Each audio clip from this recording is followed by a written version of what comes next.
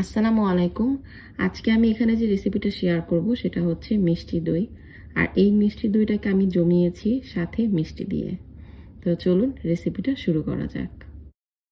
মিষ্টি দই বানানোর জন্য আমার যেটা সবথেকে বেশি প্রয়োজন সেটা হচ্ছে টক দই। এখান থেকে আমি 3 টেবিল চামচ টক দই ব্যবহার করব। এরকমভাবে ছাঁকনির মধ্যে আমি 3 টেবিল চামচ টক দই দিয়ে আধা ঘন্টার জন্য রেখে দিব। এর থেকে অনেকগুলো পানি বের হয়ে থাকবে আর সেই পানিগুলোকে আমি ফেলে দিয়ে উপরে জাস্ট দইটাকে ব্যবহার করব। প্রথমে আমি চুলার মধ্যে দুধ বসিয়ে নিচ্ছি। এখানে 1 কেজি পরিমাণ দুধ আছে। এই দুধটা বলক আসার পর এভাবে হালকা একটু নেড়ে চেড়ে এর মধ্যে দিয়ে দিব আমি হাফ কাপ পরিমাণ চিনি। যে যেরকম পছন্দ করেন সেরকম চিনি দিতে পারবেন, কিন্তু 1 কেজি দইয়ের জন্য আমার মনে হয় হাফ কাপ পরিমাণ চিনি যথেষ্ট। এই দুধটাকে এখন আমি জাল করতে করতে একদম হাফ করে দিব। আর সাইডে যে সরগুলো আসে সেগুলোকে আমি এভাবে করে আস্তে আস্তে দুধের সাথেই মিশিয়ে দিব। এতে দুধের মধ্যে একটি সরসর ভাব আসবে আর এটা টেস্টটা খুবই বেশি ভালো হবে।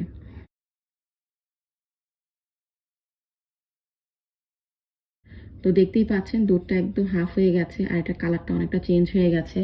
এর মধ্যে আপনারা মিষ্টি চেক করে নেবেন, চাইলে আর একটু অ্যাড করতে পারেন।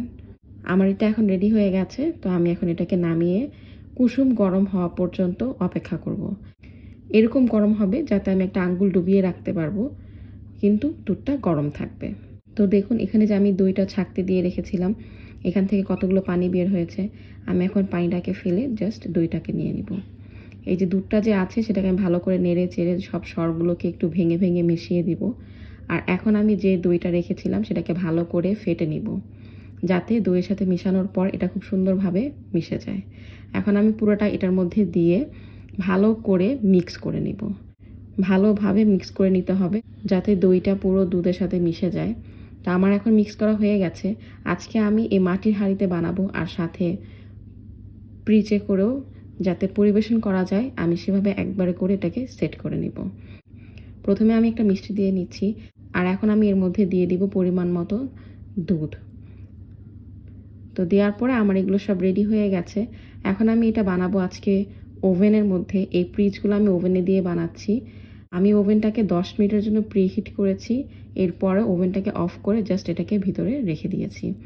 8 ঘন্টা হয়ে গেলে আমার দইটা সুন্দর জমে যাবে। তো এখন ফিরে এসেছি 8 ঘন্টা পর। এখন আমি এটাকে খুলে দেখছি আমার দইটা সেট হয়েছে নাকি। দেখতেই পাচ্ছেন দইটা অনেক সুন্দরভাবে সেট হয়ে গেছে। এখন এই দইটাকে আমি রেখে দিব ফ্রিজের মধ্যে অ্যাটলিস্ট 2 ঘন্টার জন্য। তাহলে এটা আরও সুন্দর করে সেট হয়ে যাবে। তো দেখতেই পাচ্ছেন আমার প্রতিটা দই কত সুন্দর করে সেট হয়ে গেছে। আর এটা দেখতেও খুব সুন্দর লাগছে। আর এটা হচ্ছে মাটির হাঁড়ির দইটা। দেখুন এটাও খুব সুন্দর করে সেট হয়ে গেছে।